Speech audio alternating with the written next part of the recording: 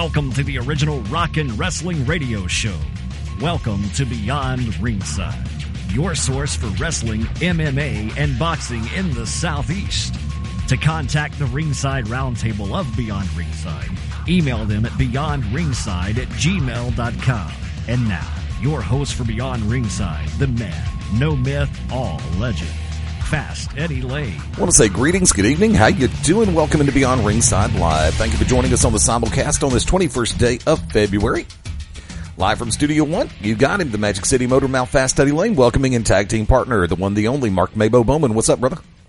Piss off. There you go. Are you speaking British again, or is that actually an English colloquialism? It's both. Okay, so you're doing both of them. All right, cool. Works wonders for me. Leading off on my side of the board, before we go into all the gratuitous plugs, I want to say a heartfelt congratulations to Denny Hamlin, the driver of the number 11 FedEx Joe Gibbs Toyota, for winning not only the Daytona 500 this afternoon, but also winning his first Daytona 500 championship this afternoon. If you haven't seen the new Daytona Superspeedway, wow. Daytona Rising, wow. I think I know where I'm going on my vacation in 3 years. It's not that I'm going to wait 3 years to go. It's just that's when I'm actually going to get a vacation. So that's going to go. And my dad, of course, 85 years of age, turning cartwheels right now because Carl Edwards comes from 2 laps down to finish 5th on the day. Photo finish, 0.011 seconds involved. Less than 1 foot decided the margin of victory between Denny Hamlin and Martin Truex Jr. So once again, Denny, congratulations. Love the last lap move. It was a good ending to the great American race. I'll put it that way, as it is called. MaBo, lead story, your side of the board. What? Is there anything right off the top of your head that you want to pick on? Other than the fact I don't know, man. Everything that's newsworthy, we haven't done a show in like 2 weeks. Okay. So, I mean, I can't think of anything that I actually give a crap about. Well, I will lead with the way you called it a little while ago. WWE FastLane kicking off in about an hour and 30 minutes from right now. I'm sure the pre-show will be going on. And of course, we'll have predictions coming up in about less than an hour from now as we go into the final segment of the program for this Sunday afternoon. Got a situation in play that I would like to pass along to everybody. The Midnight Black Mass is on a temporary hiatus. Apparently, situations transpired at Empire Pro Wrestling, which has left Reverend Dan on the shelf for right now. I don't have all the details. I am waiting to hear back from either him or his agent, and going to try to get all the information that I can. Like I said, Empire's had a lot of great things going on over the last few months, and last night, at their last outing, apparently the White Rose, as they are known, got to Reverend Dan, and, you know, like, no matter what side of the fence you're on, you have to respect a manager and a personality the status of Reverend Dan Wilson. I do. We don't always see eye to eye. But the Midnight Black Mass taking a couple of weeks off while Reverend Dan recuperates, and of course, when everything falls back into place, and we're definitely going to have the good Reverend on with us here on one of the Beyond Ringside shows in the upcoming weeks to get a full progress report from him and find out exactly a little bit more about what happened up at Empire and what they've got on the slate for the month of March. You know, with everything going on, the Renaissance with Lucha Underground, with Ring of Honor, with Impact, with WWE, with NXT, and Mark, I'm going to throw this one to you real quick. Has it become commonplace to mention WWE and NXT as separate entities now?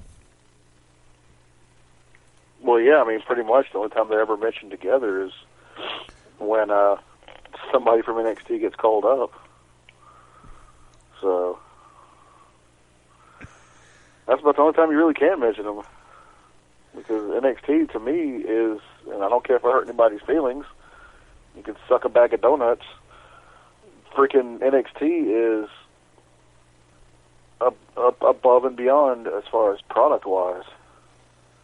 They're above and beyond WWE. I've said it, and if you don't like it, then stop listening. No, don't stop listening. Just give us a reason why you feel otherwise. You can find us on Facebook, find us on Twitter, or even email beyondringside@gmail.com. Also, don't stop believing. There you go, by Journey. Arnell or Steve Perry, you pick which version you like. Or, knowing MaBo, it might be Glee. What? I was waiting for that. Didn't think I'd get stunned silence out of it. Actually, I was looking at a guinea pig wearing a birthday hat, but okay. You put a birthday hat on your guinea pig? No. He put it on himself? No, it was people I'm friends with on Facebook. Oh, okay. Now, the reason from my side of the board, my side of the coin, so to speak, the way that you're able to discuss NXT and WWE and the variances therein, WWE main roster product still written apparently by still mainstream television people, whereas NXT is pretty much done by wrestling people who understand the product in and of itself. Therefore, it translates better to the viewing audience. Agree or disagree? Agree. And you have to understand, folks, and for those who don't quite grasp the concept, it's the same thing as going into an automotive repair shop and having somebody who has only worked on RC cars. It's like there's a world of difference there. You might be able to fix an RC car 7 days a week and get that thing up and going, but can you get a real car up and going? Nope, ain't gonna happen that way. Television writers, in and of themselves, who handle drama and comedy, cannot always handle and grasp the concept of what's supposed to happen on a show revolving around simulated athletic competition or pro wrestling. Yeah. Stick that in your pipe and smoke it. Once again, beyondringside@gmail.com. Catch us on Facebook, Twitter, MySpace, LinkedIn, Google+. If you've got a differing opinion or you'd like to echo the sentiment, love to hear from you. Chat room is open, beyondringside.com, and it stays open 24 hours a day, 7 days a week. So if you've got a question or a comment, love to hear from you over there. A lot of action happening not only inside the squared circle, but of course inside the octagon. Fox Sports 1 will be hosting UFC Fight Night a little bit later on this evening, Cowboy versus Cowboy. You know, I really have to appreciate the factor of how different worlds have finally genuinely started to incorporate personality that pro wrestling has had forever and a day into some of their characters. And I refer to people as characters. Always have, always will. I don't call them gimmicks, I call them characters. And MaBo, I know you really don't follow mixed martial arts that much unless you have the opportunity to see it in person. But I know that you've seen some of the stories that fly around about different individuals, whether it be in MMA and boxing, who have finally started to master the art of cutting a promo to help build a fight. Do you not find it funny that they're finally catching the bandwagon that we've seen for years? Well, I mean, they should have finally figured out how to do it. And I don't know what took them so long. You know, it's the only way to get not only yourself over. Although, I mean, let's be honest though. Even though I think MMA's fixed for the most part. Once again, if you don't like it, suck a bag of donuts. But they're actually ranked on point systems and not by popularity and everything. So trying to get yourself over doesn't really care, but it should, they should at least know how to cut a promo. Sorry, I got the Colt Cabana cut my promo song stuck in my head. They should be able to cut a promo enough to go on, do media tours, whether it be, that ancient relic known as newspaper or podcast, radio, either on the internet or earthbound, television, and heck, even do it before, if you're filming it for some DVD or pay-per-view, be able to at least push the match and know, instead of going, yeah, my opponent is a great striker and he has probably trained well. but equally, I have trained well, and I am a great striker, too. Yeah, no, that's not going to work, so. So basically, I mean, at least as far as pushing the event, or at least your match, you know, you don't have to cut the classic Hogan, let me tell you something, brother. You don't have to do that, I mean, but, you know, at least be able to push the match in the event. And that's all I could really tell you. Well, see, that's the funny part about it, because a lot of people seem to get the concept confused, and that goes crossway all the way across the board, because you've seen it more than anything else in every sport, every industry. The priority list, first and foremost, is to put over the show where the match is going to be taking place. Put over show first, match second, yourself third. And this is coming from the person who has been referred to, who's been told more often than not, I know how to put myself over just as well as I know how to put the show over. Well, by the same token, look, I will put the show over first, because guess what? If you don't get the people inside the venue into the seats, that's going to be irrelevant, because if they're waiting out in the parking lot, that normally means either you owe them money or you slept with their girlfriend. Something, of course, I would never do for either, because I don't like borrowing money. Unless it's from a bank. However, no, but seriously, because the priority for a lot of people gets misconstrued. They feel like they have to put themselves over first and foremost, and it's like not always the case. And I just still find it humorous all the way to this point. And I was shifting topics for a second as we're going 17 before the top of the hour, slated to be joined by my tag team partner over on the Shooters Gallery, Saturday mornings, 11 o'clock a.m., and also the president of the Peachstate Wrestling Alliance, and Shane Noles will be joining us right around 7 o'clock Eastern, 6 p.m. Central. Got a very nice surprise and reveal that he's going to be passing along to everybody. For those who made it to the Peachstate Wrestling Alliance show last night, you got a chance to find out some of what's happening. Shane is actually going to be coming on in about 17 minutes to give us the full reveal for the 16-man bracket for the Peachstate Wrestling Alliance Heavyweight Championship Tournament that is going to be on March 5th at the historic VFW Fairgrounds in Carrollton, Georgia. So definitely stick around for that. For our friends in the southeastern U.S., this is going to be a must-see show.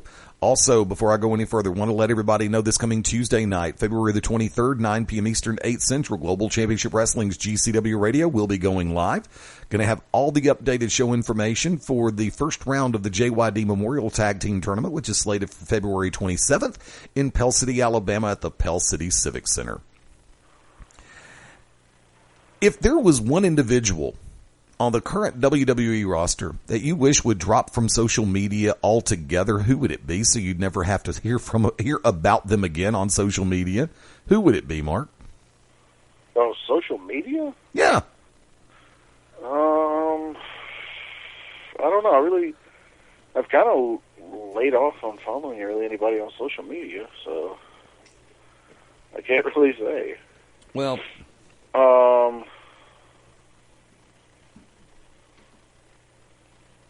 I mean, I want. If I say who I want to say, people are going to call me an a-hole. But like this is the first time. No, but this is really like an a-hole thing. So I'll just keep it to myself. Ah, go ahead. I dare you. Okay, I'm sick and tired of seeing Titus O'Neil and all his little goody-goody stuff and all his little positive sayings and all that crap. I'm just sick and tired of saying it. Yes, I know he's suspended, and yes, I'm kicking the man while he's down, but I don't care. I'm tired of seeing all his goody-goody, I did good stuff work. Also, anybody involved with Total Divas. Anybody involved with Total Divas? Well, except for Paige. We don't. She gets a pass. She's got the hotness pass. That's funny. But, yeah, I mean, I know it sounds bad, and, you know, people are probably going to be not typing in. But I'm going to be honest. I could give, you know, I'm just tired of seeing all the positive stuff. It sounds so bad when I say it, but I don't care. I'm just tired of seeing all the positive stuff that Titus O'Neil does. It's almost like he's trying too hard. You know? But I don't care. If you don't like it, go ahead. Suck a bag of donuts? Or just turn the show off. I don't care. Either way. But yes, that and all. Anybody, with the exception of Paige, anybody on Total Divas. But like I said, I mean, there's just, and it's not really anything against Titus O'Neil himself. It's just constantly just shoving, just the shoving down the throat of the goody-goody stuff. And it's like, okay, I get it. You're a good guy. Good for you. Same thing with constantly seeing Total Divas stuff, and I'm sure that they're encouraged to tweet more about it or post more about it. So, but no, I mean, to be honest, there's no way that bothers me too much. And like I said, with the Titus thing, like I said, it's not him himself, it's just constantly seeing it, Right. Because at first it's like, oh great, awesome. That's tremendous. And then, 2 days later, he does something else. You're like, oh, hey, good on you. And then by the end of the week, you're like, okay, I get it. You help people. Great. So I thought you were going to say, is anybody tired of the WWE? That it would just disappear, period. I was like, oh, do we have time? So, why, is there anybody you particularly have beef with? No, I was just curious because there's, I don't follow that many from the WWE or TNA on any social media. I mean, there's a couple people that is like, okay, fine, what the hell?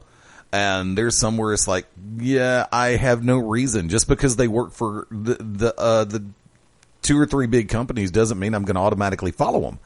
And it just seems like no matter what, because I follow WWE on Facebook and on Twitter and on Instagram, lo and behold, there's always going to be something about the frickin' Miz. And I'm sorry, I've called Miz the cure for insomnia on so many of occasions, and it's just like they'll repost his posts, and it's like, if I wanted to see his post, I would follow him, but I don't care. I am completely ambivalent in this regard. See, I've never really seen any Miz stuff. Yeah. I feel like you mentioned Miz, and I start to yawn. There you go. By the way, who else I can kind of do without seeing? Who dat? And that's because he comes in I guess he posts or tweets in chunks or whatever. But I can kind of do without Ryback. No, I know I can do without Ryback altogether.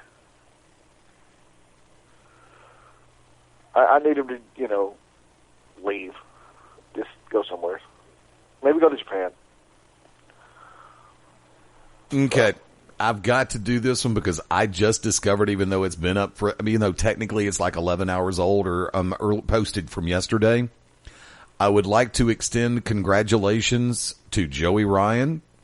Oh yeah, I just saw that. I just saw it a second ago. Watching the clip when you while you were opening the show. Yeah, I was actually trying to find a way to pipe the audio into the board, and I don't know exactly where it's going to kick off at, so I don't want to blow too much time through it.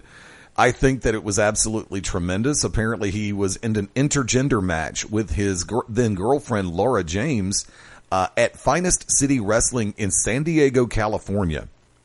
And lo and behold, during a situation where they're going for a pin and the referee's down on the other side of the ring, or would you like me to do it, or you won't do it?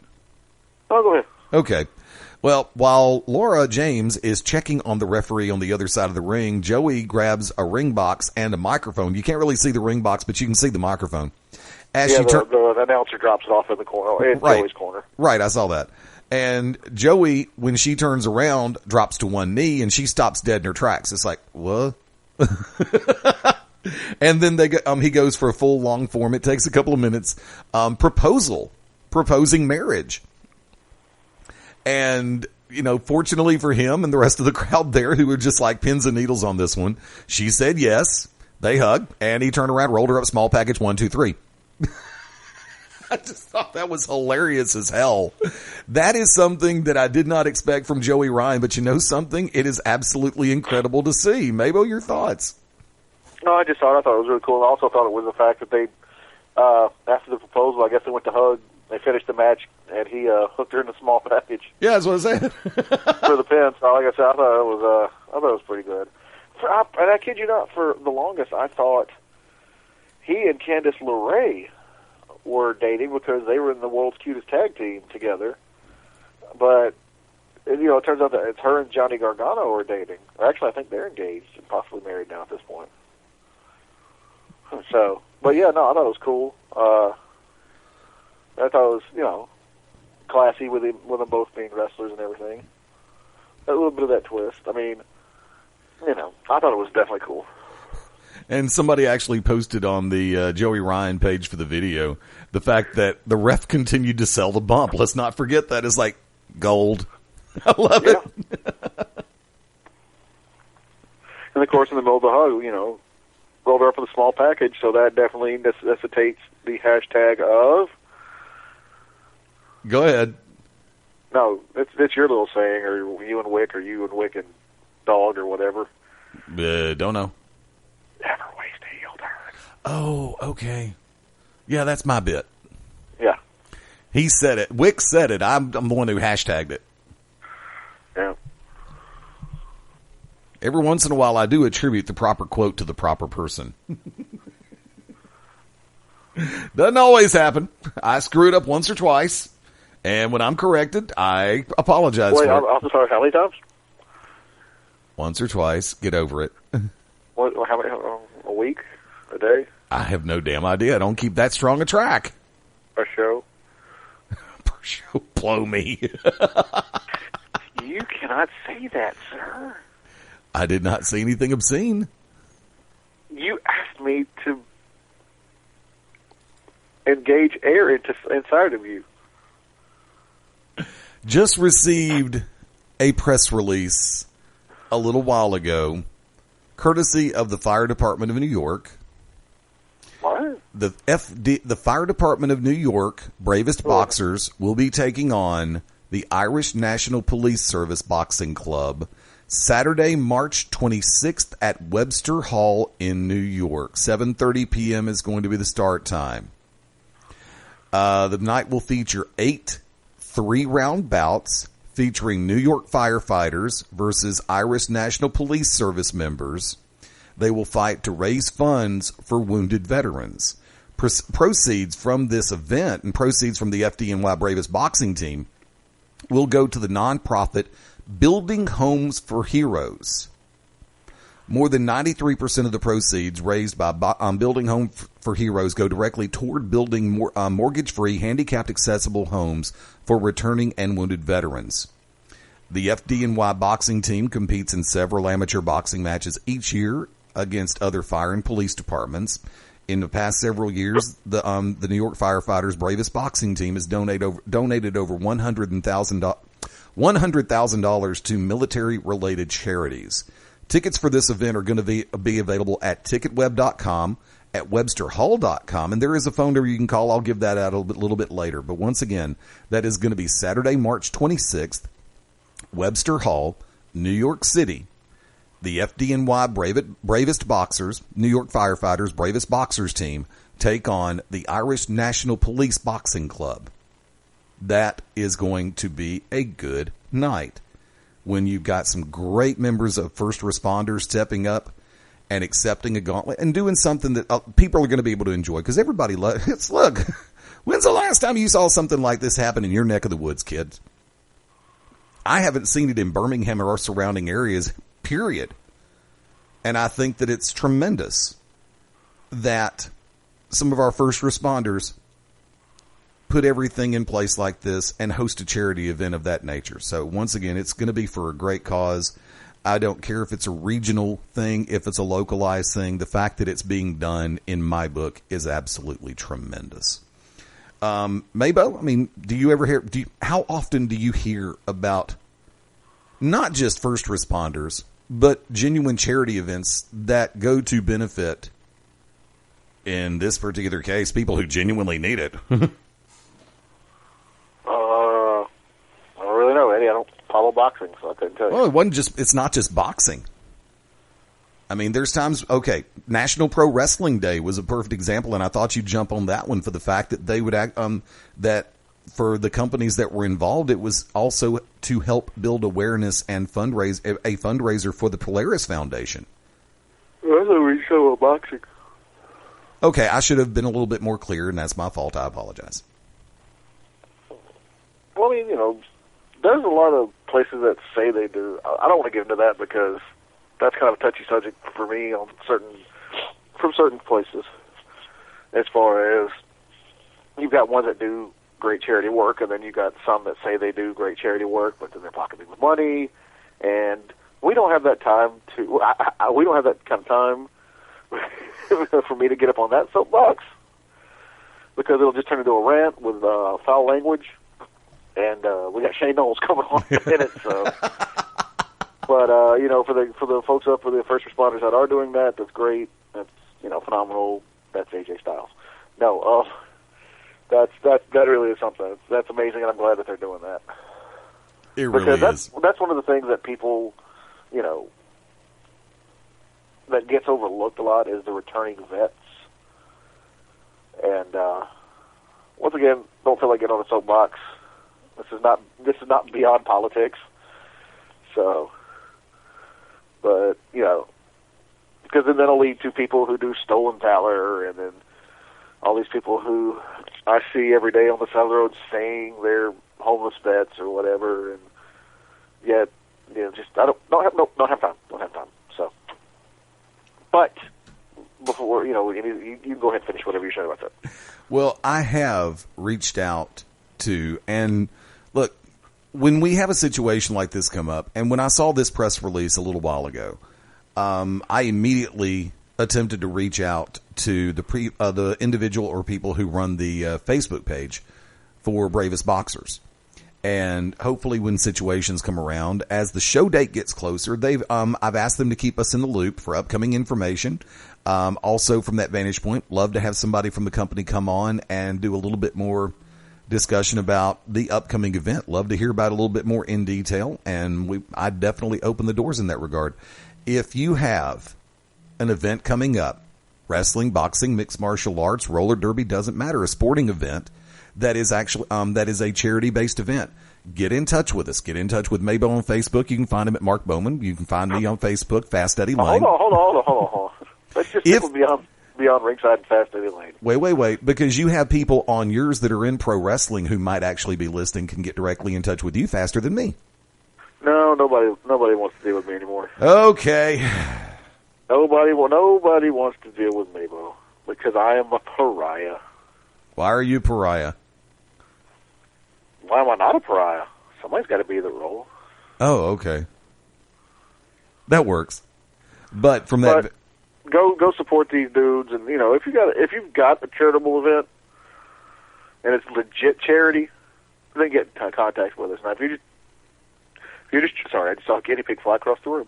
If you, I'm sorry, I looked up and I saw one of my guinea pigs just leap across the cage.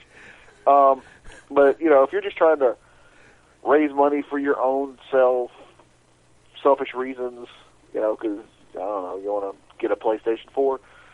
Just don't. Because I will find you and I will embarrass you, and I will make sure everyone knows who you are, and then I will turn over all your information to the Wicked Nemesis. Oh God! And then I will walk away. And then you'll just walk away. And then I'll just walk away because my job will have been done.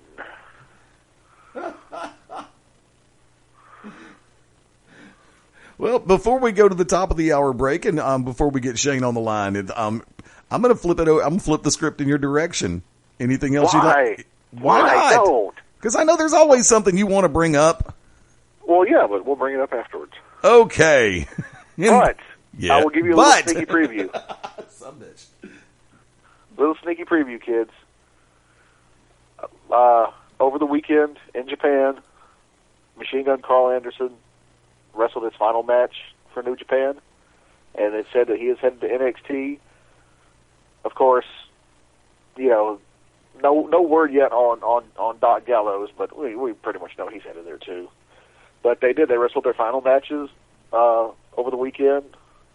I know they did an 8-man. I want to say they did an 8-man with Fale and Tonga because there's a big hug at the end. It's almost like the curtain call.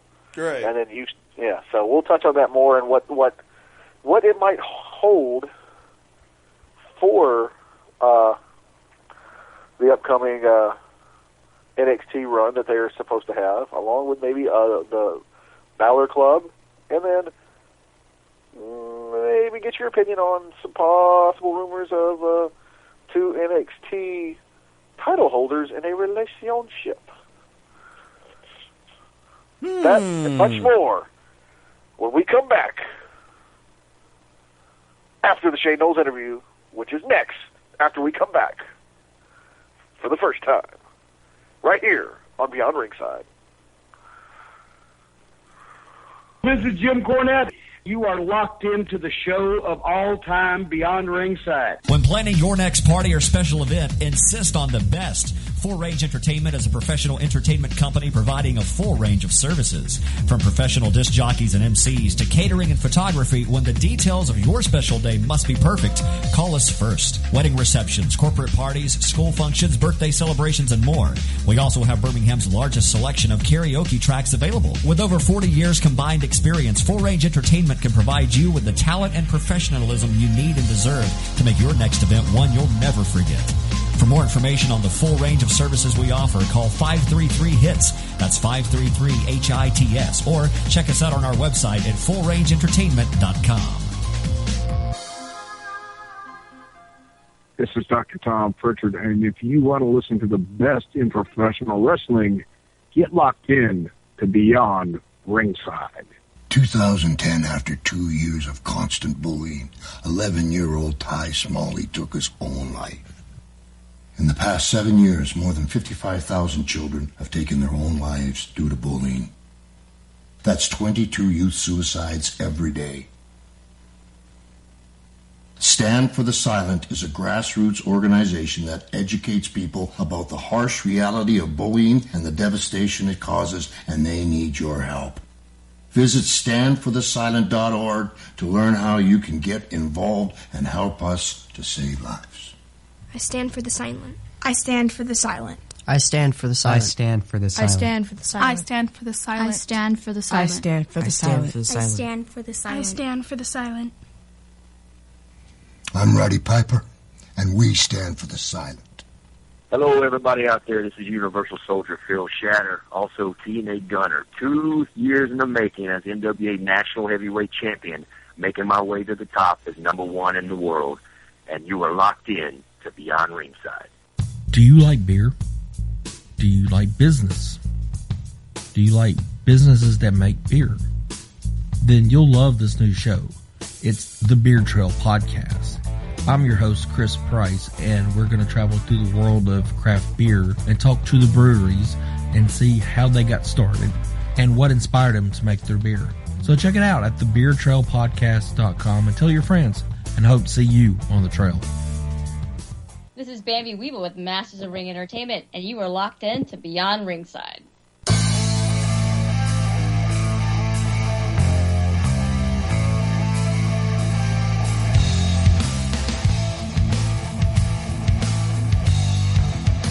Set and ready to roll. 8 minutes after the top of the hour. This Sunday night edition Beyond Ringside Live continues on this 21st day of February. Live from multiple location station, Fast Eddie Layne, live in Studio 1. Coming back over with Mark MaBo Bowman. What's up, brother? Penis. What did you say? You've lost your flipping mind again. Well, actually, you did that many, many moons ago when... Trying to figure who got the most of it in the divorce, but whether it was either Chase or Andy Hudson who got the most of your brain. What the hell are you talking about? Whoa, that's pretty cool. There you go. Oh, we'll get a little bit of an echo here, Eddie. Fox Television has enlisted John Cena to host a television show called American Grit. It's an upcoming military-inspired reality competition show.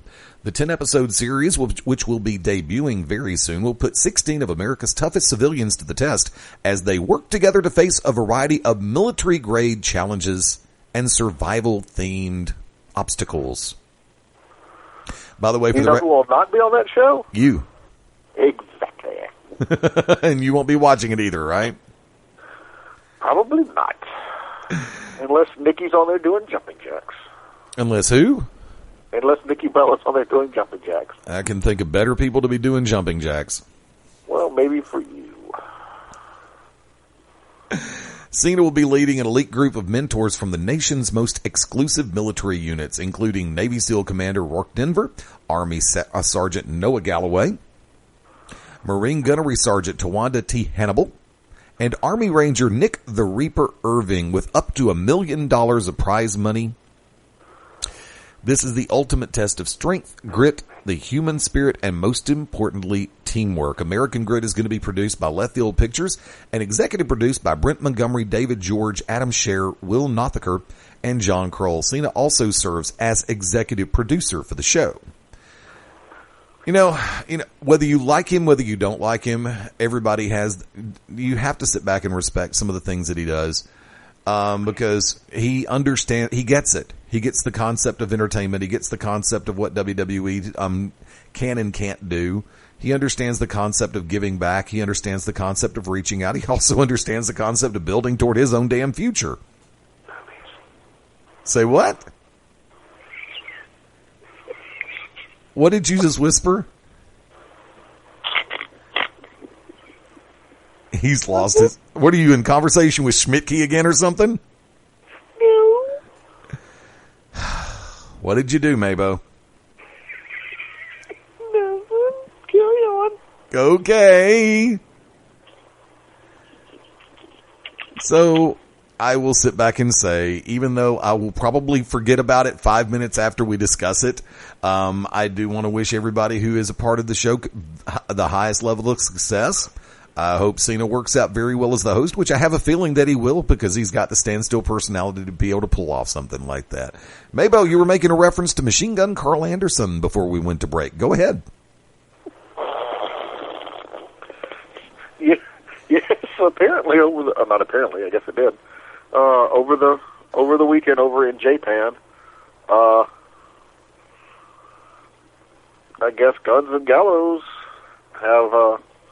they've done their last match. So I guess they're officially headed to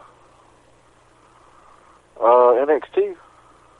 Because I mean, if you can follow Tama Tonga or Bad Luck Fale on Facebook and or Instagrams, you'll see a lot of pictures, and yes, they will make you tear up a little bit.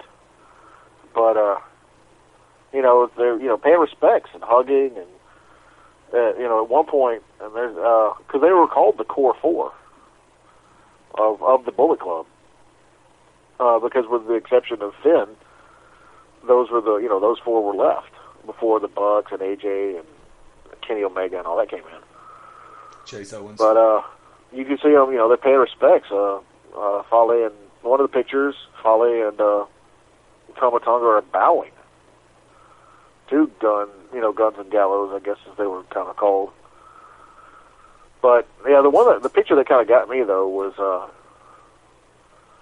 you see Doc Gallows and Machine Gun in the middle of a Japanese ring, on their knees, literally bowing to the Japanese crowd, and that's what I kind of respect about those guys, is that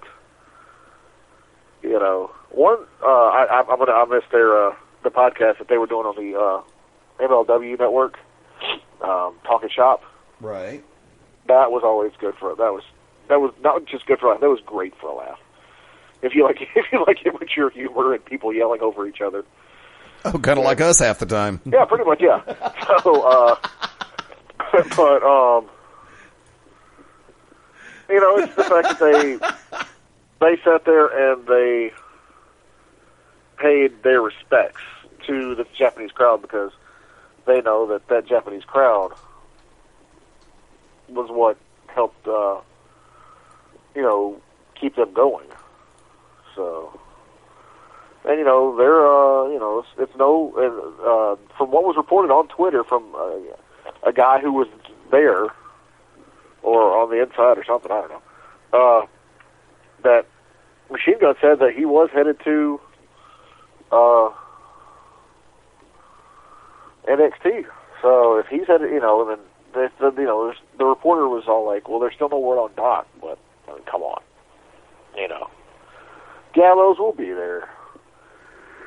But it said NXT, did not say WWE main roster. So, you got Finn has been pretty much since the announcement was made, first of the year. Finn has been teasing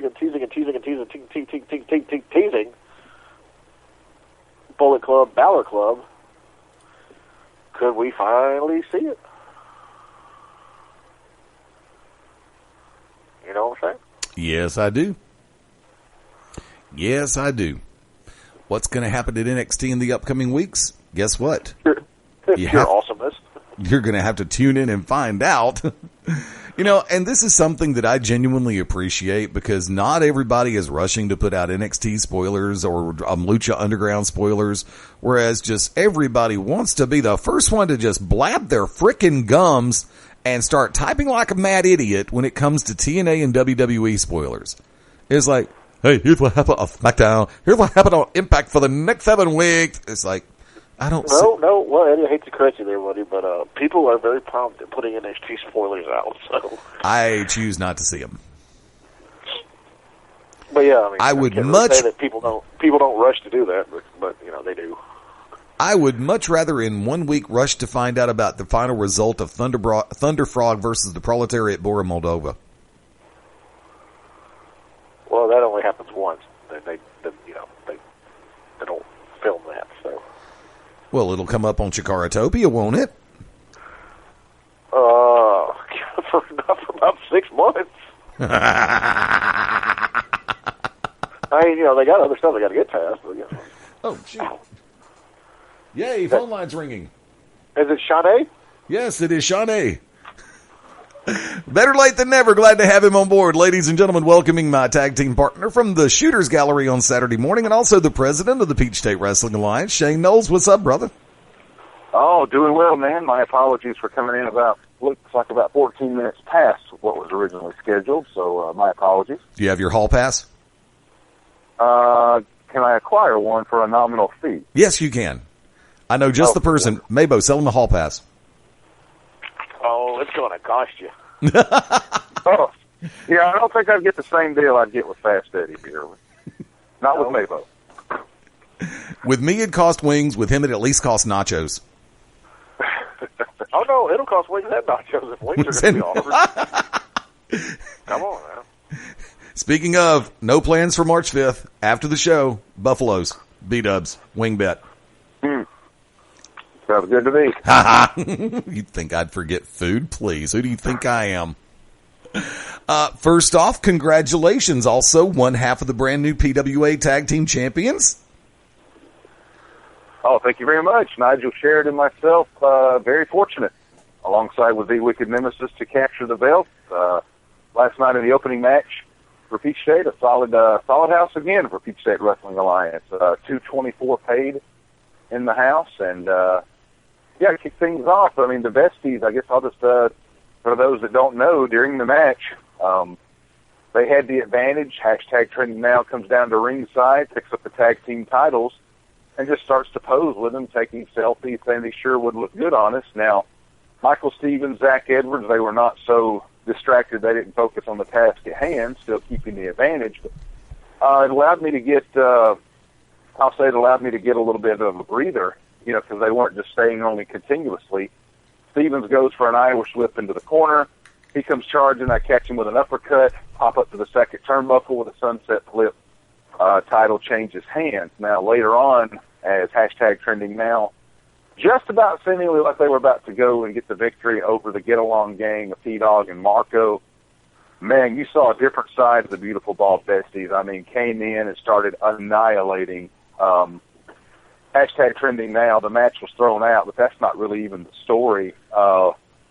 They took Ace Haven and, Eddie, if you know where I'm talking about in the fairgrounds, right there, the restroom facilities for the public, that big tin wall, threw Ace into it back first. It left like a chalk outline of Ace Haven's body, and that wasn't enough.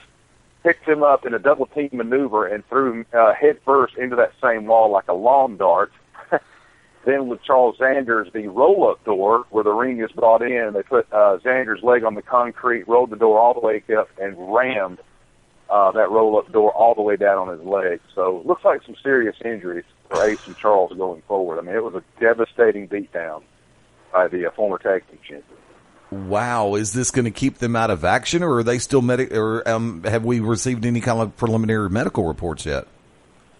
Not yet. I do know that Nigel and I have said we will defend the tag team titles March the 5th against the Besties, and then once we beat them, hashtag trending now, if they are available, if they're physically able to go, they're in line for the title shot. But I do know they will not be there March the 5th because both men, this took about probably a good 4 to 5 minutes to get both of them back to the locker room. Xander screaming in pain from the knee down. I can only imagine with that door being rammed down on you. But Ace Haven looked so much worse for wear. I mean, you can still see his outline as we left the venue last night in that wall.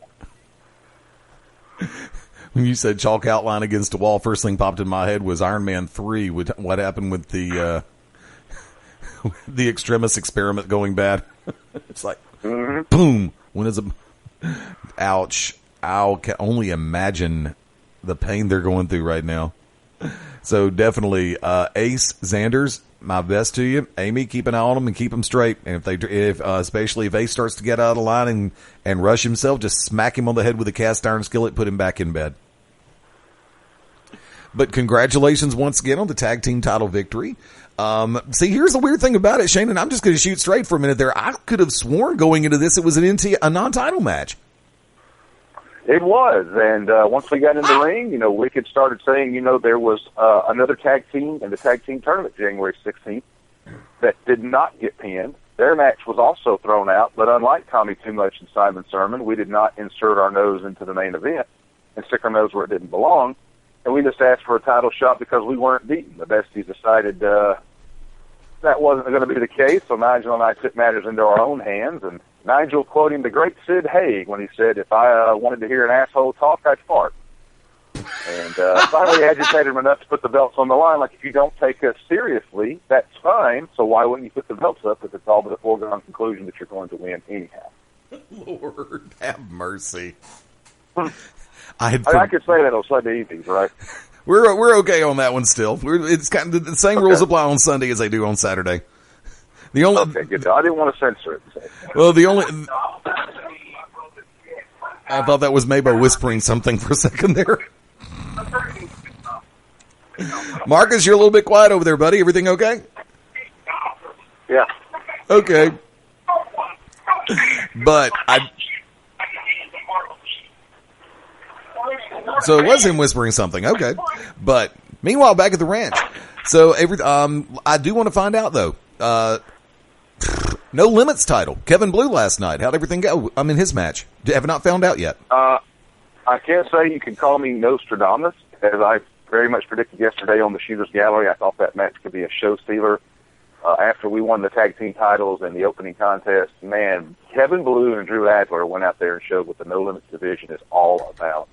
Left nothing to chance. Probably a good 18-minute back-and-forth encounter. Kevin Blue retained the title, but it would not surprise me at all to see them meet for that belt again. Drew Adler has just come so far in such a short amount of time. I can believe it. That was one match that I really wanted to see, and in particular because knowing those two, I knew that it was going to be a don't blink match in that particular regard.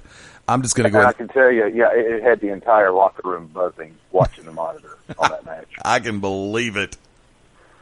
But I would like to ask, and I know we're at 23 after the hour, but we're going to go ahead and pipe straight on through.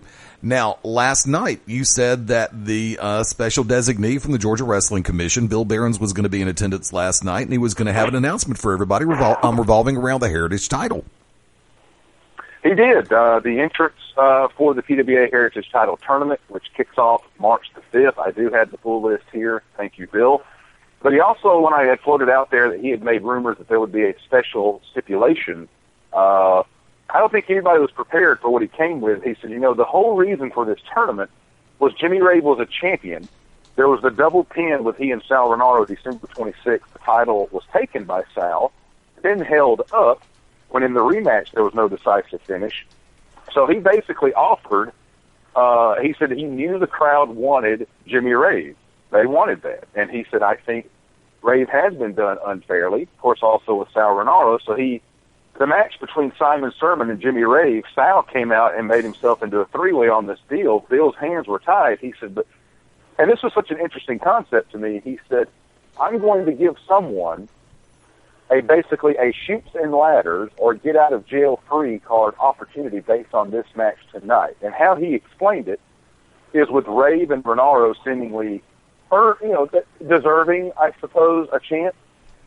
And of course, Simon in this match now. The winner of that three-way match would basically, what he said was, we would not have what happened in the PWA Tag Team Title Tournament, where our match with Nigel and myself against Tommy Too Much and Simon was thrown out, or when you had the besties and hashtag trending now go to a 15-minute draw, and you were kind of wondering with the brackets. He said how this would work. The winner of that triple threat match, in the event that there is any double count-out, double disqualification, or anything where a match gets thrown out where both competitors are out, instead of the person they were supposed to face receiving a draw, the winner of that match is inserted into the tournament. However, if there is no double count-out, no double disqualification, or no matches thrown out throughout all three rounds, then that person that wins the triple threat last night would just automatically be in the finals. I thought that was a interesting concept. It may sound a little convoluted, but the people really clicked to it, because I think everyone kind of saw, like, okay, Jimmy Rave's going to win this thing, and he's not going to have to fight until the finals, which they thought was fair. And, of course, Simon Sermon winds up stealing the victory last night, so now Simon is in the catbird seat. If there's no count-out or double disqualification or a match thrown out in the opening round, the quarterfinals, or the semis, he only has to wrestle one time, and that would be in May. But saying in the first round, I'm throwing this out here with a couple of names that are in. If Kevin Blue and Drew Adler went to a double count-out and the winner was supposed to face Tommy Too Much in the next round, Simon Sermon would be inserted into that side of the bracket. So that's thrown a little wrench. There's actually 17 competitors unofficially in a 16-man Heritage Title Tournament. But I could see Bill's point of we're not going to have that, where matches get thrown out, teams are gone, the participants are out, or there's a time limit draw. You know what I mean? So I think it adds a wild card, so to speak. It really does. Nice twist. My hat's off in that particular regard. That's one I didn't see coming. Scary thought when I actually say that with no hesitation whatsoever. I was going to say no one did. I mean, that's a shoot. That's a Bill Barron's. He's such a brilliant mind. That was an idea, because he was just basing it off that tag team title tournament. He felt things had kind of fallen apart with a time limit draw with both teams. He had to make it a three-way on the fly, and he said this assures us at any point in time there's. And if it happens in the first round, he'll have to work three times to get to the finals. But if not, he will be in the final match. Now, the question is, you said there are going to be basically 17 competitors in this situation as it stands right now, correct? Yes, it was supposed to be a 16-man field. Now with the winner of the triple threat match last night, Simon Sermon, to me, becomes a floating, basically like he said, a shoots and ladders or a get out of jail free. He's a 17th entrant. Okay. And if you've got them in front of you, go ahead and let's lay out the people who will be involved in the tournament. Absolutely. The PWA Heritage Title Tournament, the first one in this company's history in almost 7.5 years now. 16 men were selected in no particular order. Of course, I've already name-dropped the savior of pro wrestling, Jimmy Rave, number one. And this isn't ranking or brackets. This is just how I have them written to me from Bill Barron's. Number two, Sal Renaro. Number three, the already aforementioned Simon Sermon is like a wild card entrant. Number four, a former Heritage champion, the reflection of perfection, Tyson Dean. Number five, the real deal, AJ Steele. Number six, Tommy Too Much. Number seven, a member of the Get Along Gang, CB Suave. Number eight, a member of Why We Wrestle, formerly known as Anarchy, NWA Anarchy Wrestling, Gil Quest. And I find that interesting. Gil has never wrestled at Peachstate before, and what an opportunity for him. He is in the Heritage Title Tournament. Number 9, P-Dog Mike Posey. Number 10, Fry Daddy. Number 11, Drew Adler. Number 12, the No Limits champion, Kevin Blue. Number 16, also a member of former Anarchy, now Wiley Wrestle, Chris Spectra. Number 13, Kyle Matthews. Number 15, the French sensation, Romeo. And I saved the Whoa Daddy 2 for last. Number 16, Bill the Butcher. And number 17, the big effing deal, Cheater. I've been typing as we go. That way I make notes. Nice field. I think interesting field. That, like I said, the last two, just my initial thoughts, and I'll get yours. You see Jeter and Bill the Butcher, two true monsters in this tournament. Gentlemen that have been a part of Peachstate's past. Jeter, a former Heritage champion in his own right. You see Romeo, who has been on the shelf for a good while with a wrist injury. Right. Kyle Matthews, always a threat in any match he's in. And then you've got some former Heritage champions in there in the form of Tyson Dean, Tommy Too Much, Simon Sermon, Jimmy Ray. And you've got some newcomers in Gilquist, Chris Spectra, the reigning No Limits champion, Kevin Blue. I mean, I'm just rehashing the entire field here, but it seems kind of diverse throughout the whole set. Very. Actually quite diverse, and I agree 100% with that. Now, I do have to ask the question. With taking into consideration the fact that you just picked up the tag team titles last night, knowing the fact that Nigel had thrown his hat into the ring before as far as challenging for the Heritage title, is there what's been the feedback from him about the option of him not being in the tournament? Actually, we were so excited last night taking home the PWA Tag Team titles. We know that we will be defending those belts March 5th against the beautiful Bald Besties. And kudos to Bill Barron, because starting with the tournament, as you know, anything in basketball, softball, I'll just use the term March Madness for basketball with a bracket. Right. 16 wrestlers. There will be 8 first-round matches. On March the 5th, the top half of the bracket, the Midwest region, just for giggles, if you will have 4 opening round matches among 8 wrestlers. Then on March the 19th, the other side of the bracket, 4 matches with 8 different wrestlers. And then the ones that were victorious on March the 5th will come back April the 2nd. The ones that were victorious March the 21st come back April, I believe, the 16th. And then the semifinals would be May the 5th, I believe, with the finals being May the 16th. Now, again, I'm a little off on my dates there, but whatever the first and third Saturdays of each month in March and April. So I get that. For the fans, I think it keeps it fresh, because one night you're going to come in, you're going to see 4 matches of 8 wrestlers. The next event, the same thing. Then the winners of the first Saturday in March will be the first Saturday in in April. And the winners of the third Saturday, the other bracket. You see what I'm saying? Yeah, I do. Third dynamic there. But with Bill, he said there will be a match associated with each event that does not take place with the Heritage Title Tournament. And the first up is Nigel and myself defending the tag belts against Michael Stevens and Zach Edwards, the beautiful Bald Besties, in a rematch March 5th. I don't know what Bill's got in mind going forward as far as matches that do not have to do with the Heritage Title Tournament. There will be one represented each night, so to keep things fresh.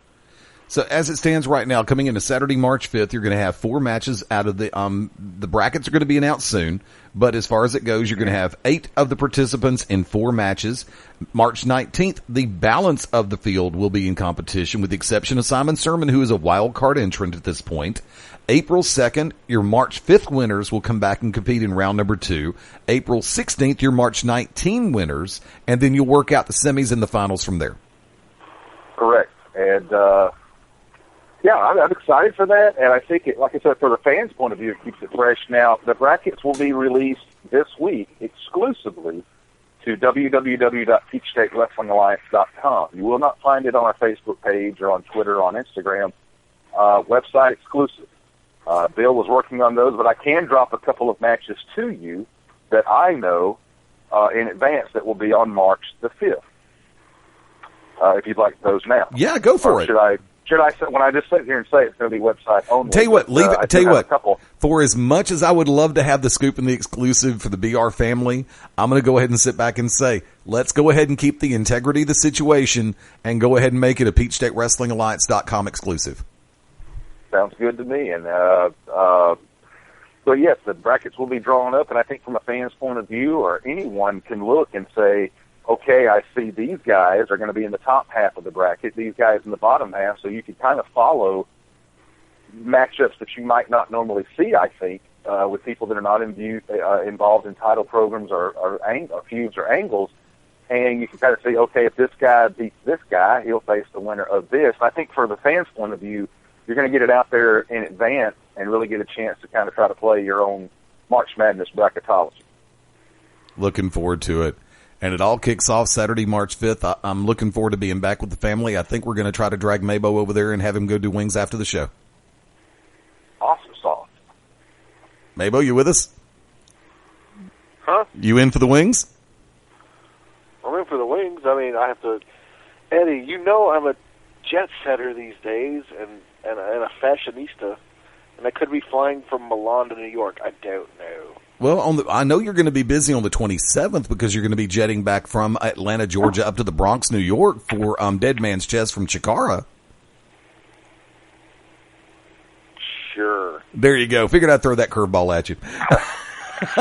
Can I want to pose this to Eddie and to MaBo both, just with the entrance that I've given you. Now, again, we don't know the full matchups. We don't know what particular side someone may be on a bracket as far as when they may face someone if they are victorious. But just looking at that field, could you give me a favorite or two favorites if you had to say I'm going to pick a finalist without knowing the brackets or what side someone's on? Per se, if you were to pick Jeter and T-Dog, but they were in the same side of the bracket, you know that would not be a final. So without knowing that going ahead, but all things considered, who would you take as a favorite or who they would face in a final? Ooh. MaBo, I'll defer to you on that. You go ahead and go first, Eddie. You go ahead and go first. You're not going to do this to me. Nope. Nope. Okay. If I have to pick a number one seed right now, I'm going to say Jimmy Rave. If I pick a number two seed and if they go opposite each other on the brackets, at this point in time, I'm going to throw a curveball to everybody. My legitimate number two seed going into this would be AJ Steele. I would go ahead and say that my number three seed at this point, based on what I know of who I know, I'm not that familiar with Gilquest. I'm not that familiar with Chris Spectra. I will have to do some homework. I'm honest about it. I don't try to bluff my way through stuff, believe it or not. If I pick a number three seed right now, the reflection of perfection, Tyson Dean. My number four seed would probably be Kyle Matthews. And I wanted to stop you here, Eddie, and just ask as you're going, because I know as a fellow sports fan, when you do a March Madness, not only matchups, but you're looking at what is a wrestler or a team, if I were talking a team sport, that you thought would have the capability to win 3 matches and advance to a final? I think that's probably how you're looking at this. I really am. I'm looking at I'm looking at the overall field, and I'm looking at how an individual would function in different environments. Once again, because I don't know Gil and Chris that well, I have to go off speculation and hyperbole on this one more so than actual knowledge. Whereas if I look at Jimmy Ray versus Sal Renaro, I've watched them in the ring together. If I go with the concept of Simon Sermon and Mike Posey, that would first off, that'd be a main event anywhere. Legit. And that's what I'm so excited about this tournament when you said that. I mean, to get the opportunity to see guys that don't normally wrestle each other, perhaps. And when you take a step back, like you said, if it was a Simon Sermon D-Dog, that may be a second round, third round, semifinal, whatnot. That's a match that could headline any regular show, but it's going to be part of a tournament.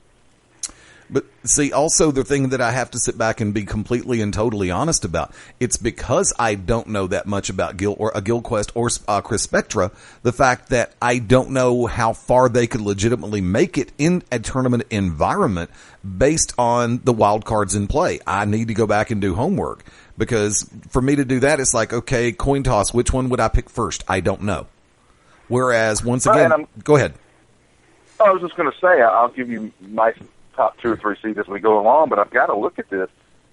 Who in the world could beat the big effing deal Jeter in that field. I mean, this man is a monster, and he's also got conditioning on his side. He wrestled a 60-minute match with the Revelation Shane Marks last year. So, I mean, if I were looking at it, Jeter, I don't know if I'd make him my 1 seed. How could you rank him, like so low, I think. But could I give you a couple of sleepers, in my opinion? Yeah. A CB Suave. Yep. A CB Suave, perhaps a Drew Adler. Yep.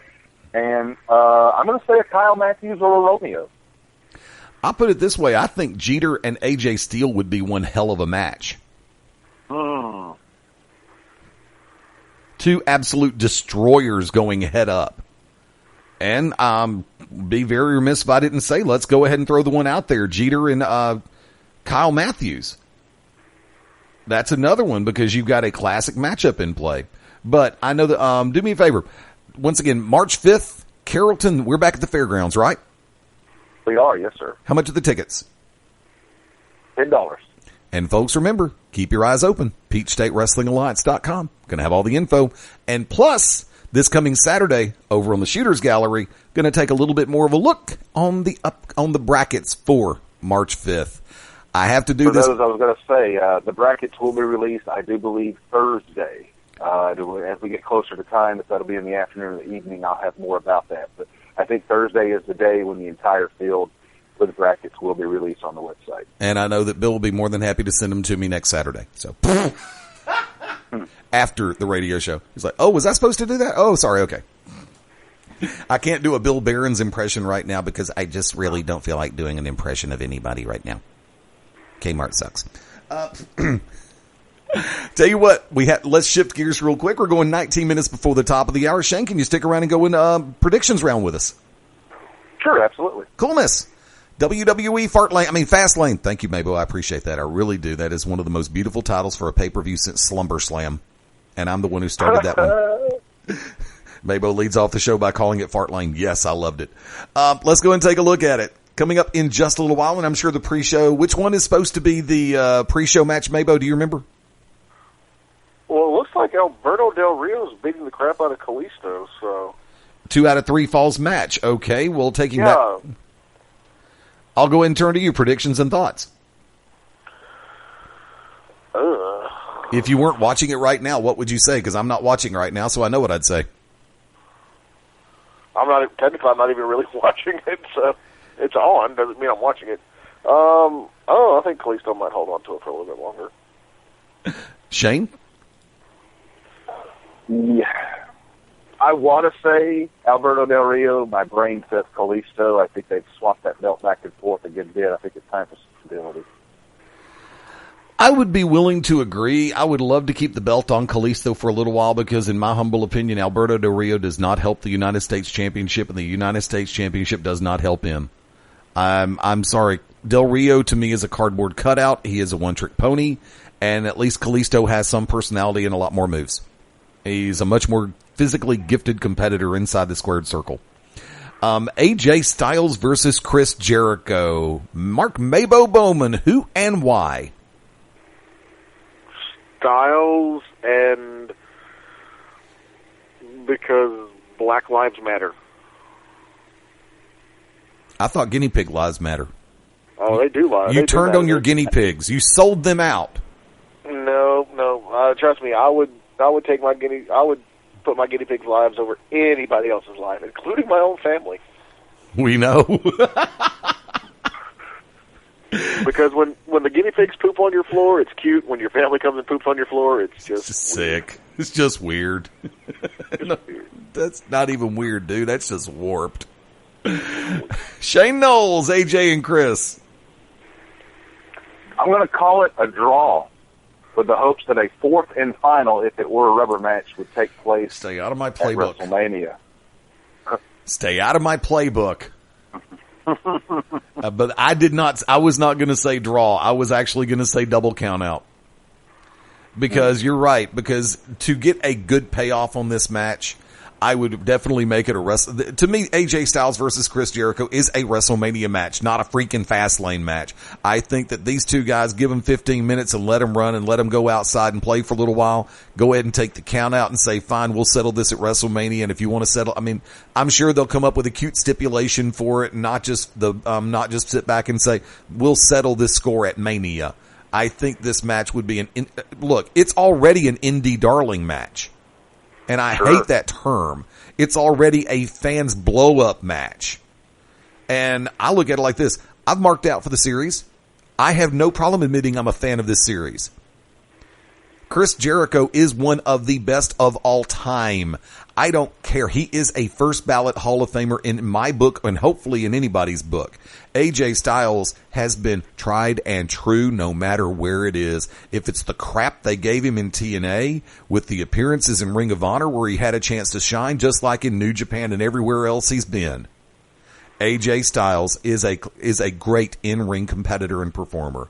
I'm really looking forward to seeing if they do continue this at Mania and just absolutely let it blow up from there. 6-man tag, also called the Fish Sticks match of the night. Ryback, Big Show, and Kane versus the Wyatt family. Shane, who and why? I would say going forward with momentum for WrestleMania, the Wyatts need to go over and very strong, might I add. Mark Bowman. The Wyatts, because they've got to find some way to make Braun Strowman look good to win the Andre the Giant Schneebitz-Fernum. The Andre the Giant Schneebitz-Fernum. No. Okay. Right. See, here's the weird thing for me. You know the Wyatt family's going over. You could put 3 NFL All-Pro linebackers on the other side of the ring, and I'd still say the Wyatt family would go over. There's no chance in hell that Ryback, Big Show, and Kane pick up a victory tonight. There's no way they should. Let me put it that way. Okay, logistically speaking, if it's Big Show versus Braun Strowman, Big Show should still win. Yes. In individual matches, I can see Ryback going over, Big Show going over, Kane going over. The Wyatt family as an entity in my book is still way too strong, and Ryback, Show, and Kane have never teamed up as a 6-man before. Therefore, the chemistry factor should lean in the direction of the Wyatt families, and the linear logical choice is the Wyatts go over. Yeah. Becky Lynch, Sasha Banks versus Naomi and Tamina. Reluctant bedfellows. Kind of, sort of. Strange bedfellows. Kodak Moment bedfellows. Hello. Yes, I just took it weird. Thanks for playing. MaBo, who and why? Sasha and Becky because they're hot. Why did I not see that coming? So to speak, don't say it, don't follow that up, no way, no how, leave it alone. Shane Noles, who and why? Sasha and Becky, because I think WWE knows, I can't help but say with every result that I'm predicting tonight that I'm thinking towards WrestleMania, but that the E itself has told us this is the road to WrestleMania, so how can we not have one eye towards the next pay-per-view special, the granddaddy of them all, if you will. I think they know that, they're trying to move 100,000 seats. And I think right now, getting Sasha Banks into a Divas match with Charlotte at Mania is their best hope. As far as with the Divas, I'm saying. Yeah, very true. That particular match. Yeah, and you're absolutely right. By the same token, they can also use this as a jump-off point for a triangle feud between Sasha, Becky, and Charlotte to take that to a different degree and have a triple threat match at Mania for the Divas title. I'm sorry to me. Why not just do a fatal 4-way and throw Paige in there? No, and because I don't want to, and it's my match. It's my lie. I'm making it up as I go along. To me, I'm sorry. As far as in-ring ability or in-ring presence goes, Tamina is almost borderline irrelevant. I'm sorry. She had all the promise in the world, and I still think she has a lot of promise. Naomi has been back and forth more often than people sing a Juvenile "Back That Ass Up" song, which of course is her damn finisher. And should have been their last. Hopefully not to be saying it B-dubs. No kidding. No, that's Get Low by Little John of the East Side Boys. That one will get my nuts roasted, and it did too. Thanks for playing. But as far as it goes, Naomi has progressed and regressed to the point where it's like, oh my God, she's on a slingshot. Either that or on a seesaw teeter-totter. But there's no reason in the world why I can see Naomi and Tamina going over in this match. Becky Lynch and Sasha have the clear path through. Intercontinental Championship, which should be yet another 5-star match in the series between these two. Kevin Owens, Dolph Ziggler, Shane Noles, who and why? If they are given over 15 minutes, I'm like you, I could see this being a really, really, really good match. I mean, I want to say Ziggler, but I think Owens, again, I'm looking to WrestleMania, Owens going in as the champion makes all the sense in the world. Mark Bowman. That's like asking me to pick between my favorite guinea pigs. Yeah, I know. I mean, as much as I would like to see Ziggler hold a title, I think for it to immediately come off Ambrose and go straight on to Kevin Owens, and without any kind of reasoning, I guess, maybe, I don't know. I don't know. I mean, I think Owens is still going to hold on to it, and who knows, maybe since Money in the Bank is no longer a WrestleMania tradition, maybe we will have the Intercontinental, ladder match tradition like we did last year, and, it'll be up for grabs at Mania in that way, but I think it's going to be a great match. This is going to be one of those where, just nobody call, nobody text me, just shut up because I'm watching this. Because I appreciate what both guys do, but yeah, I definitely think Kevin Owens is going to walk away with it. These two have match of the night after match of the night after match of the night after match of the week after match of the month. These two have shown, one, Dolph Ziggler is the epitome of the term top tier when it comes to talent. I can't help the fact that he keeps pissing people off in creative or in the front office or whatever it is. I don't know. And that's the sad part about it. Ziggler should have already had at least 2 more title runs. But, once again, a veteran does what a veteran does best in a real world scenario. And that is continue to elevate the newer names in the company. Note, I don't use the term new talent. I'm saying the newer names in the company. Because apparently, according to Vince McMahon, Kevin Owens still needs help getting over. Really? Hello, McFly? What kind of crack are you smoking and where can I avoid it? Kevin Owens is tremendous. This guy is the prize fighter. I'm not just going with their hype and hyperbole. I'm going off the fact that I've watched Kevin Steen for a long time. And when the bell rings, he delivers. Just like Dolph Ziggler. When the bell rings, he delivers. This match will damn sure deliver. I echo the sentiment. Do not call me when this match starts. Do not text me. Do not tweet me. Do not smoke. Well, it depends on what the smoke is in the smoke signal. Then we'll talk a little bit later. But from there, Divas champion Charlotte versus Brie Bella. Who cares? I'm sorry. MaBo, who and why? Horseface McGee.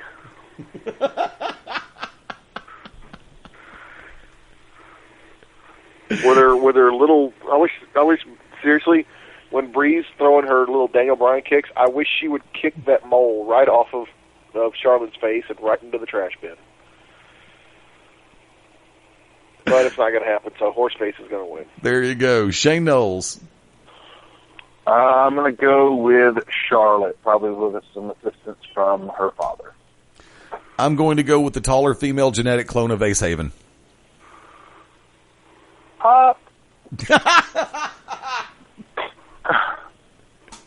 I'm going with Charlotte. There's no reason in God's creation why Brie Bella needs to have that damn title. There's no reason why Brie, darling, the grace period's over. Bye. Here's my only thing. I was not to interrupt. I was going to say, and you know the E is notorious sometimes for this. I could see a title change just based off the Daniel Bryan feel-good moment. But who would it make feel good?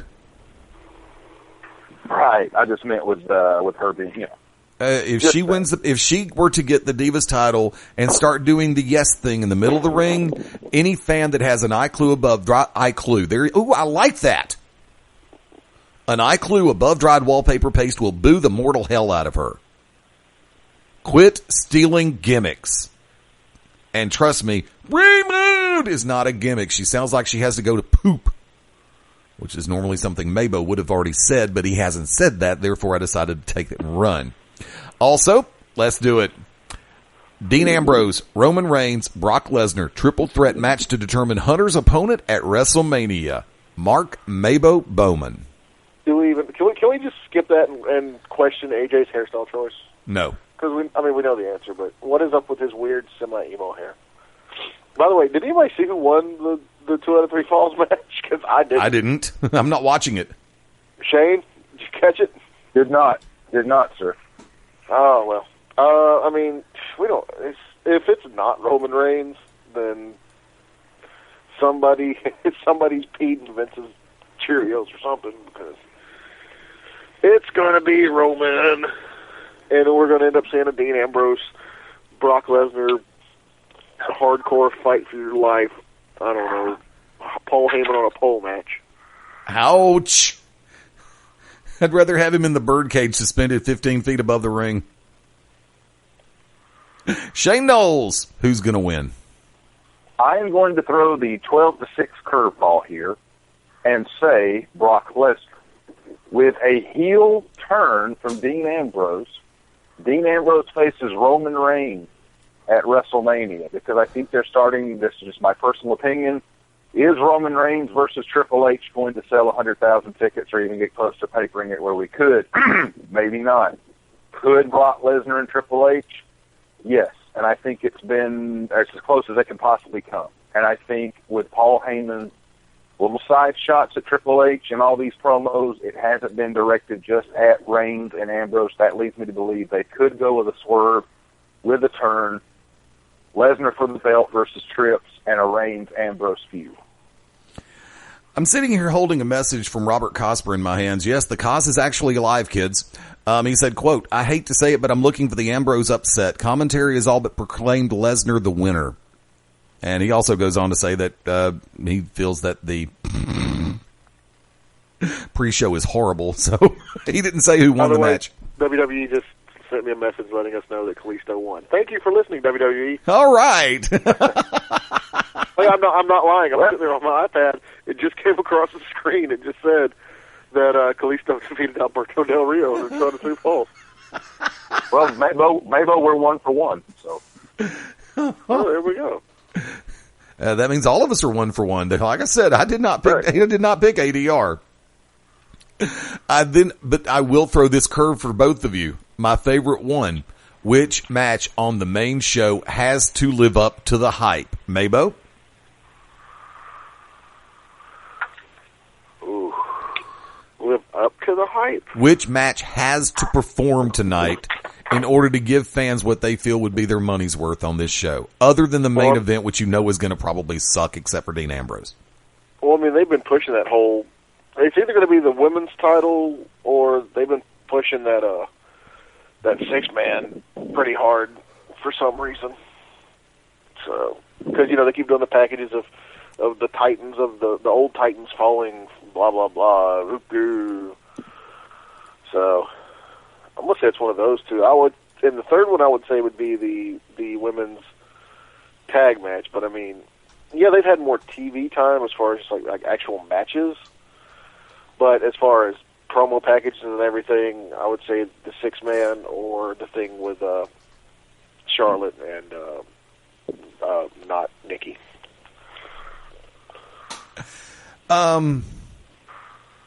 Okay, I got lost for a second because I was answering messages. Shane, did I go to you on this one? Which match really has to excel?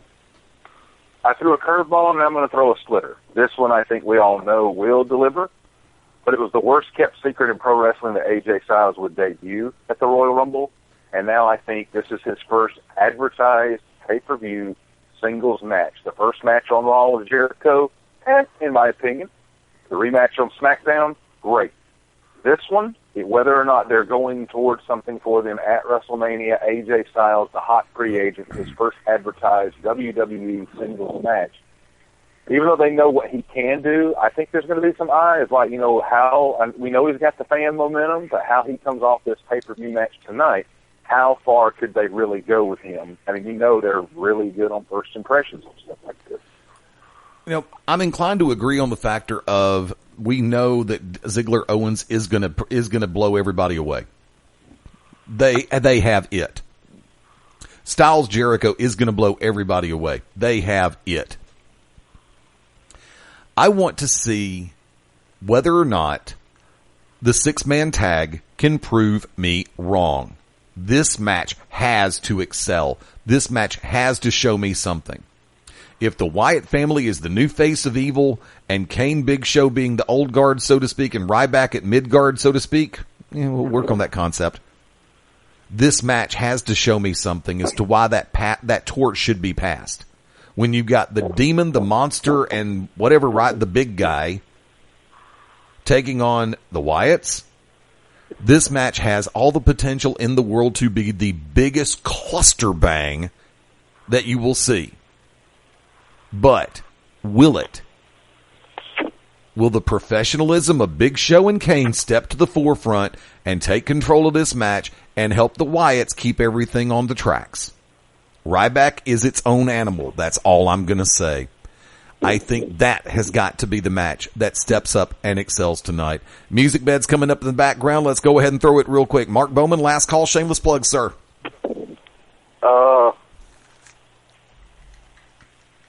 Yeah, if anybody sees a Kevin Owens or a Bayley figure in the basic line of the WWE figures, contact Fast Eddie and let him know to let me know.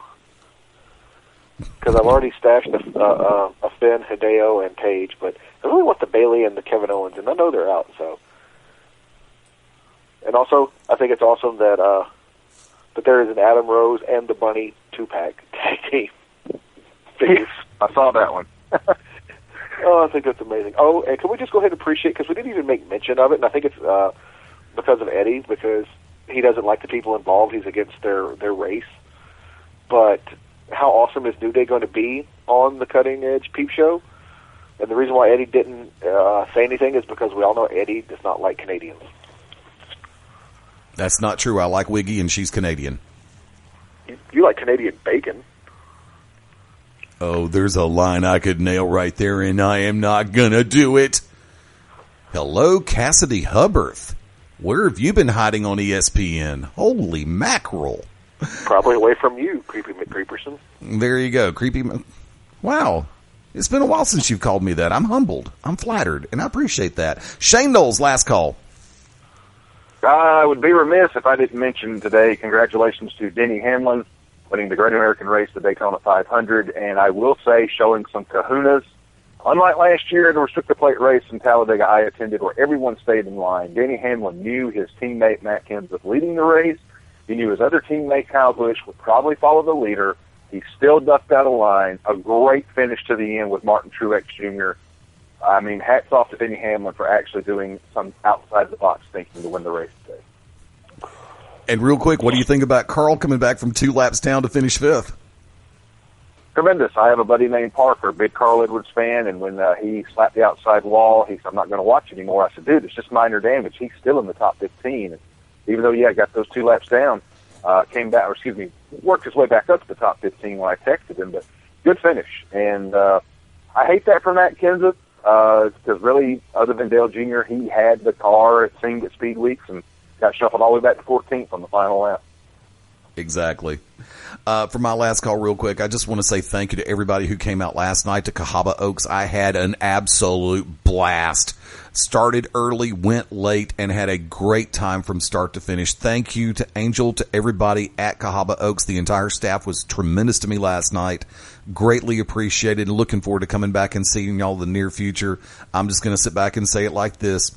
Next Saturday night for Cahaba Oaks, Elvis will be in the building, and Elvis, the fat man, has thrown down the gauntlet. Brother, have fun, because that's a great crowd out there. Cahaba Oaks, Old Springville, in Clay. It's a great time, and I'm looking forward to making my way back.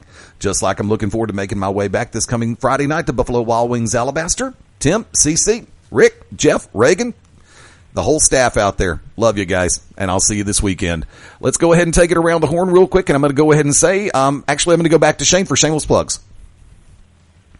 Check out www.PeachstateWrestlingAlliance.com Thursday as the entire brackets for the Heritage Title Tournament, and I just got to step back and say, personally, how excited I am being involved with this company for 7.5 years that a Heritage Title Tournament has arisen.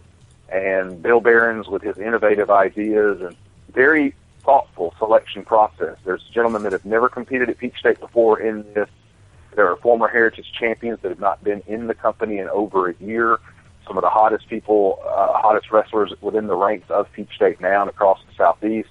So check out the full brackets coming up on Thursday. We look forward to getting it kicked off March 5th. Mark MaBo Bowman, shameless plugs you want to throw out? No.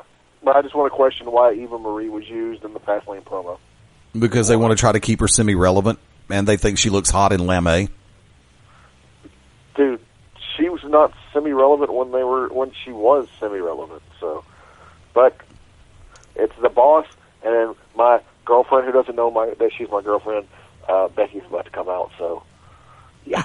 I'll give you the quick rundown. Folks, real quick, the rundown. Live programming resumes Tuesday, February the 23rd, 9 p.m. Eastern with Global Championship Wrestling's GCW Radio at 10 p.m. Eastern with Beyond Ringside Back to Basics. The To Be Determined show returns this Wednesday, February the 24th at 10 p.m. Eastern Time. And on Thursday, February the 25th, it's Corner to Corner at 11 p.m. Eastern this coming Thursday, February 25th. On the 27th, you got it. The Shooters Gallery. Yours truly, Shane Noles, at 11 a.m. Eastern Time as we're getting ready to head for the first round of the JYD Memorial Tag Team Tournament that night in Pell City with Global Championship Wrestling. And, of course, Beyond Ringside Live returns on the 28th at its regularly scheduled time, 6:30 p.m. Eastern, 5:30 Central. The Midnight Black Mass, due to extenuating circumstances right now, is on a temporary hiatus. I'm looking forward to being able to sit down long form with the Reverend Dan Wilson and find out exactly what happened at Empire between him and the White Rose. And we will have that in the very near future. BeyondRingside.com for the entire company. Definitely keep your eyes open on the media page. I am working to get updates done as quickly as possible. For me personally, Fast Eddie Layne, LAYNE.com.